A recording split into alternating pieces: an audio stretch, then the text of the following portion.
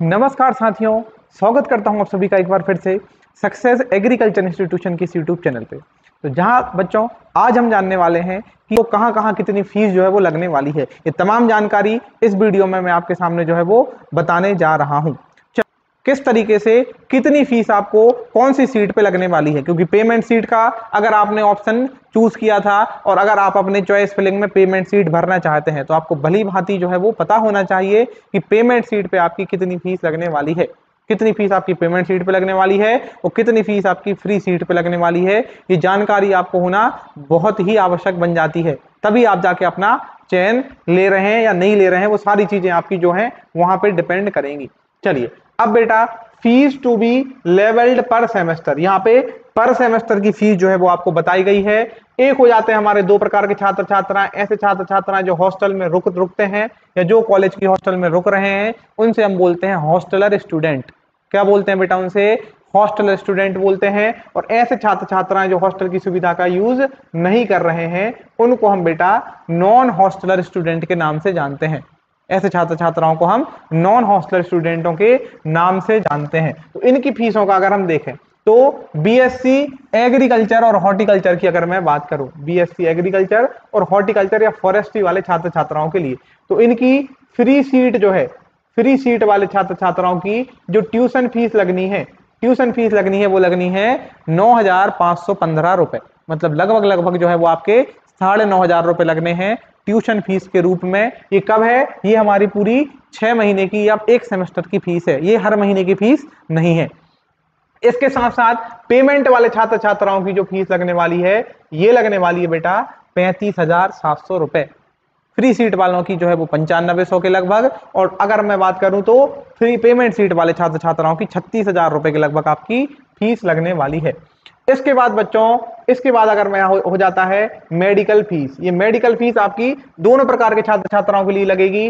540 रुपए आपके हर सेमेस्टर में मेडिकल की फीस लगेगी। स्पोर्ट और कल्चरल फीस जो आपकी लगने वाली है, ये होने वाली है आपकी 1100 रुपए। कितनी लगने वाली है बेटा? 1100 रुपए लगने वाली है। उसके बाद मैं बात करूं, एग्जामिनेशन जब आप आएगा तो एग्जामिनेशन फॉर्म भरना पड़ेगा, उसकी भी फीस आपकी 810 होने वाली है।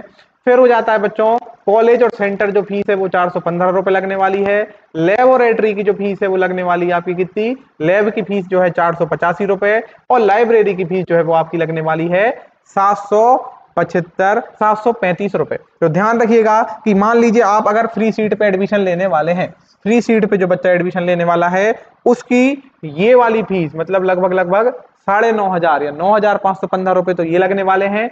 साथ साथ ये फीस आपकी इसमें ऐड हो जाएगी। और जो बच्चे क्या करना चाह रहे हैं, जो बच्चे हॉस्टल मतलब जो बच्चे पेमेंट सीट पे एडमिशन लेने वाले हैं, उनकी 35,700 रुपए तो ये लगेगी, और साथ साथ ये फीस भी आपकी इसमें इंक्लूड हो जाएगी, इंक्लूड हो जाएगी। तो ये हो गई हमारी सिर्फ और सिर्फ कॉलेज फीस के बारे में बात। ये बातें ये सबकी लगेगी, चाहे तो वो हॉस्टल में रहते हो और चाहे तो वो हॉस्टल में ना रहते हो। ये आपकी पढ़ाई या आपकी जो है शैक्षणिक फीस होने वाली है। चलिए इसके बाद अगर मैं देखूं, इसके बाद बेटा अगर हम बात करें तो आ जाएगी हमारे हॉस्टलर वाले बच्चों के लिए, मतलब ऐसे छात्र छात्राएं जो हॉस्टल में निवास कर रहे हैं। उन्होंने अगर बेटा सिंगल सीटेड रूम लिया हुआ है, मतलब एक रूम में एक बेड, इस तरीके से अगर आपने लिया है तो आपके 2,025 रुपए लगने वाले हैं। और ये पूरे के पूरे आपके पर सेमेस्टर के होने वाले हैं, मतलब हर महीने के नहीं है, ये पूरे के पूरे सेमेस्टर की आपकी फीस है।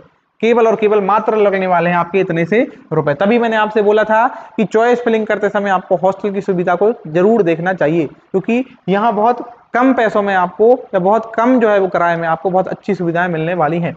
डबल बेड में जो छात्र छात्राएं जाना चाहते हैं तो डबल बेड वाले छात्र छात्राओं के और कम पैसे लगेंगे, ये हो जाएंगे आपके 1,545 रुपए। फिर उसके बाद आपके अलग चार्जेस जो है वो 215 रुपए के रूप में लिए जाएंगे, ठीक है, जो हमारे हॉस्टल अमलगमेशन चार्जेस होंगे।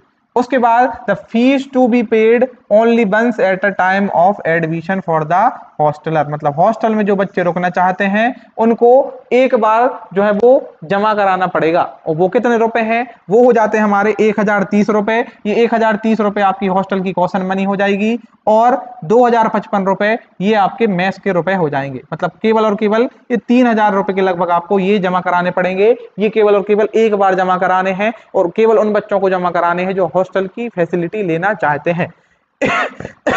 इसके मैं बात करूं fees to be levied on the once on the time of admission for the hosteller और नॉन हॉस्टलर।